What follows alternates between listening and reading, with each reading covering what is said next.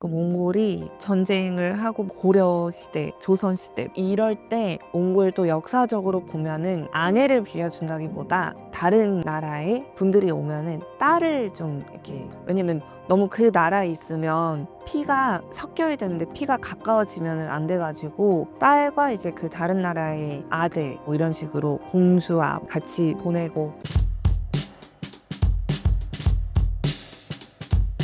몽골 사람들은 아내를 빌려준다는 것이 사실인가요? 어쩌다가 몽골 사람이 아내를 빌려준다는 말이 나온지 모르겠는데, 그게 옛날에 한두 번은 그런 적이 있을 수도 있겠죠. 근데 저는 몰라요. 역사적으로 아내를 빌려준다거나 그런 문화를 갖고 있는 나라는 아니지만 저는 들으면 너무 화가 나요. 왜 이런 얘기가 돌고 있는지, 이제 조회수를 많이 받으려고 한 어떤 어그로 에서 이제 나온 말인 것 같은데, 아내보다는 사실 몽골이 옛날부터, 지금만 해도 360만 명밖에 안 되는데 그러면 옛날엔 더 적었을 거 아니에요. 몇십만 하다가 몇백만이 된 건데, 나라에서 그 몽골이 전쟁을 하고 막 그런 고려 시대, 막 조선 시대 막 이럴 때 몽골도 역사적으로 보면은 사실은 아내를 빌려준다기보다 다른 나라의 분들이 오면은 딸을 좀 이렇게, 왜냐면 너무 그 나라에 있으면 피가 섞여야 되는데 피가 가까워지면 안 돼가지고 딸과 이제 그 다른 나라의 아들 뭐 이런 식으로 공주와 같이 보내고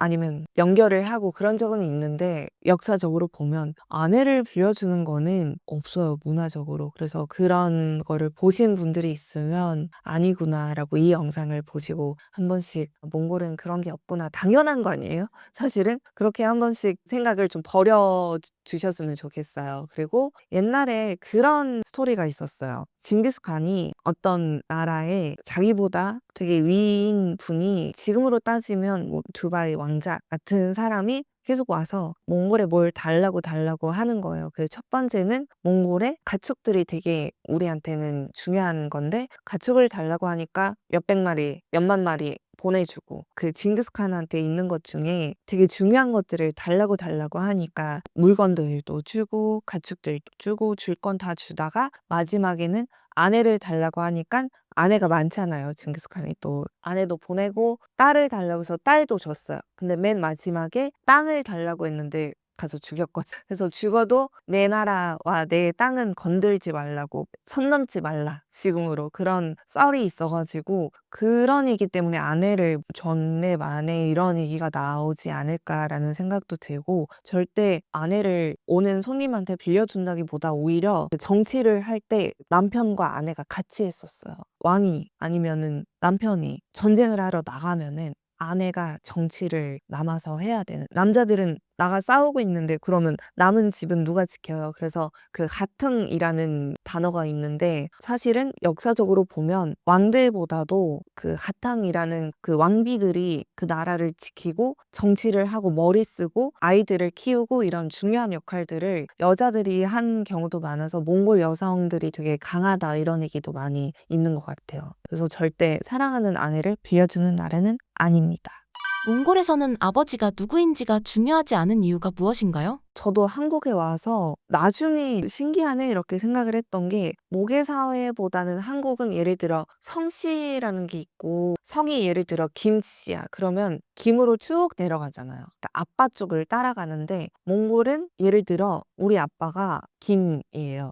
근데 제가 결혼을 했어요. 아들과 딸은 그냥 성이 계속 바뀌어요. 예를 들어 김두한이라고 치자. 그러면은 김두한의 아들과 딸은 다 김으로 쭉 이렇게 내려와야 되는데, 몽골은 자주 바뀌어요. 앞에 있는 김이라는 성이 계속 바뀌어요, 내려갈수록. 그런 것도 있고, 그리고 성을, 한국은 무조건 아빠 성을 따라야 되잖아요. 또 몽골은 내가 원하면 엄마로 내 성을 붙일 수도 있어요. 그래서 예를 들어 엄마가 박씨예요. 그러면 제가 예를 들어 이수잖아요. 그럼 박이수가 될 수도 있는 거예요, 제가 원하면. 그런 것도 있어서 아빠가 누군지는 상관없어 이런 건 아니고, 물론 중요하지만 그런 차이점이 좀 있는 것 같아요. 성을 무조건 아빠 쪽을 따라가야 된다 이런 건 없고, 그리고 한국에서 약간 남자 쪽을 조금 더 우위, 네, 좀 그런 게 있는데 몽골도 물론 그런 문화가 비슷하게 있지만 여자들이 아까 앞에서 얘기한 것처럼 같은 퀸들이 이제 남아서 나라를 또 지키고 정치를 하다 보니까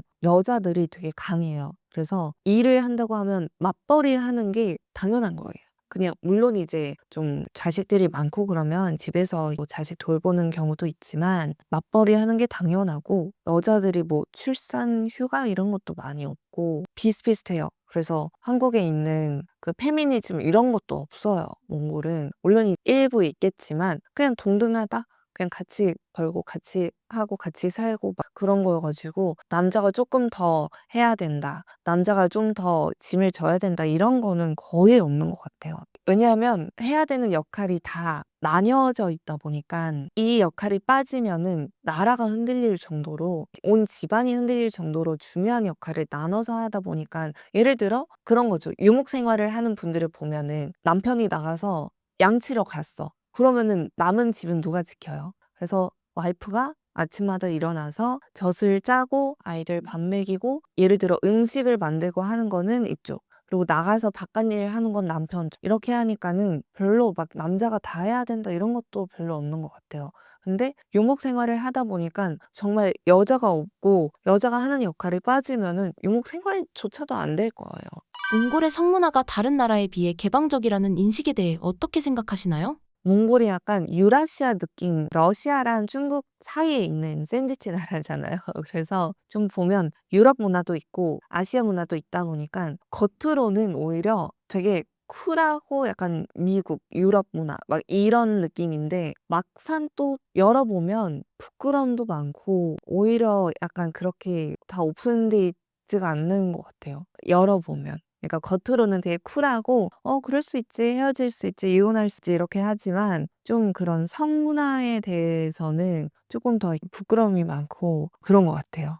몽골에서 여성의 사회적 역할의 중요성은 어떤가요? 몽골은 여자들이 되게 강해서 요즘은 남자분들보다 여자분들이 더 이제 일도 열심히 하고 더 파워 많이 생기고 있는 것 같아요. 한국에선 예를 들어 정치인들만 봐도 비율적으로 남자가 더 많잖아요. 근데 몽골은 요즘 보면 쪽 여성분들이 더 사업을 하던 몽골의 이름을 알리던 어디 해외 가서 뭘 하든 막 하면은 조금 더 실력이 많아지고 있는 추세 아닌가. 물론 이제 남자분들도 대단하지만 조금 더 사회적으로 봤을 때 좀 더 업그레이드 되고 있는 게 여자 쪽이 조금 더 많지 않을까 이런 생각도 들고요. 그 사실은 몽골에 미혼모들이 많아요. 아까 그 어떻게 보면 또 한국이랑 문화가 다른 거긴 하지만 이게 결혼을 하고 결혼식을 올리고 그다음에 이제 가정을 꾸리는 게 아니다 보니까 그냥 연애를 하거나 만나다가 아이를 먼저 갖고 결혼을 하지 않고 아이를 낳은 분들이 많아요. 그래서 그런 여자들 보면 정말 대단해요. 혼자 자식